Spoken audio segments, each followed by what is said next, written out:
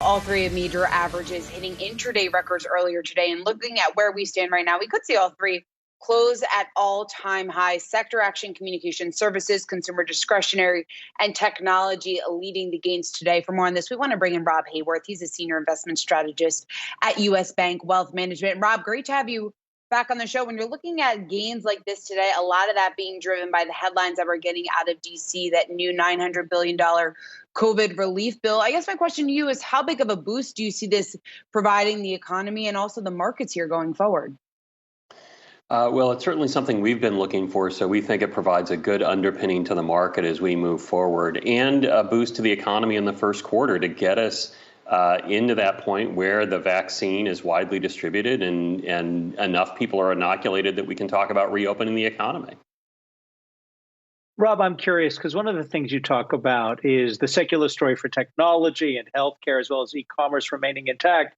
And when we see the sell-offs from some of the rotation into some of the more value stocks, I wanted to ask you about healthcare. And I'm not going to ask you to pick a stock, but I'm going to point out Johnson & Johnson. Pays a dividend. It's doing well okay now, but some would say it's kind of expensive. When you're looking at healthcare, what should you be looking at? Because a lot of news on vaccines right now, but that's going to be short-lived. Right. No, there's still a big trend, we'd say, into innovation, and that's what remains important in this space is innovation to deal with the healthcare problems we have and that continue to grow. And so while the space itself will broadly do well, the winners will probably be more widely distributed than just looking at the big blue chip names that have been around a long time.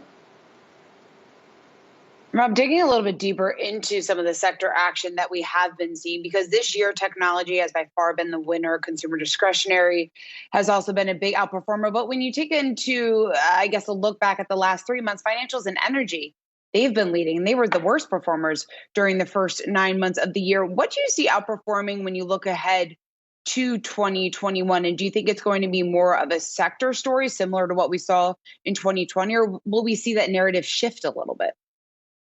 Yeah, we think the rotation trade is still in play, and so when we look back and take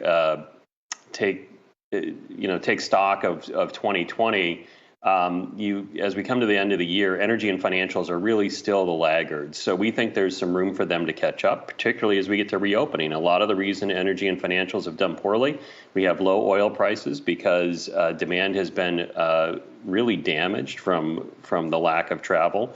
And we've had low interest rates, which have been a headwind for financial companies. Those things probably start to unwind, and so there's probably some room for catch-up in energy and financials. In the long term, innovation and growth still remain really important, which is why we'd say for a secular trade, for the long term, still look on dips to pick up technology, healthcare, e-commerce sorts of names. But in the short term, as we get to reopening, there's certainly some room for earnings and revenues to catch up for these companies that have been so hard hit in 2020. For the risk-averse investor, one thing that you point out is municipal bonds in 2021. But you also say, for those who might want to take on a little risk, corporate bonds, the higher yield bonds. Should the risk-averse investor be looking at corporate, or should they just stick to munis? No, I think they should look at both, and the primary reason is the Federal Reserve remains on its game, continues to hold interest rates low, and continues to provide a backstop to the municipal bond, to all the bond markets by buying bonds and standing ready to buy corporate and municipal bonds as needed. So we think that provides a little support for the risk-averse investor to look to take on a little more risk, to try and get a little more return and a little more yield. With the Fed staying at their back. Rob, we had news out today, JP Morgan acquiring a credit card rewards business. So it's a clear bet here that travel is going, or they think at least travel is going to rebound next year. I'm curious just what your view is on this and when you expect travel and leisure businesses to bounce back. Well, the companies and the stocks will probably bounce back before we see the activity bounce back. And in our view, leisure probably comes back before business. There's a bit of a long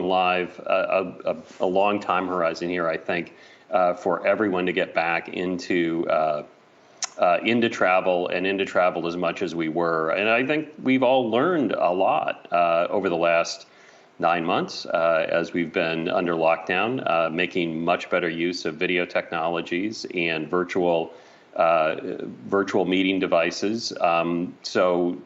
Right, we're probably not going to see travel and rebound to the levels it was at most recently, and it'll take some time for all business to kind of come back in that bounce.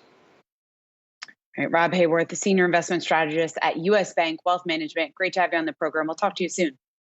Thank you. Very good to be here.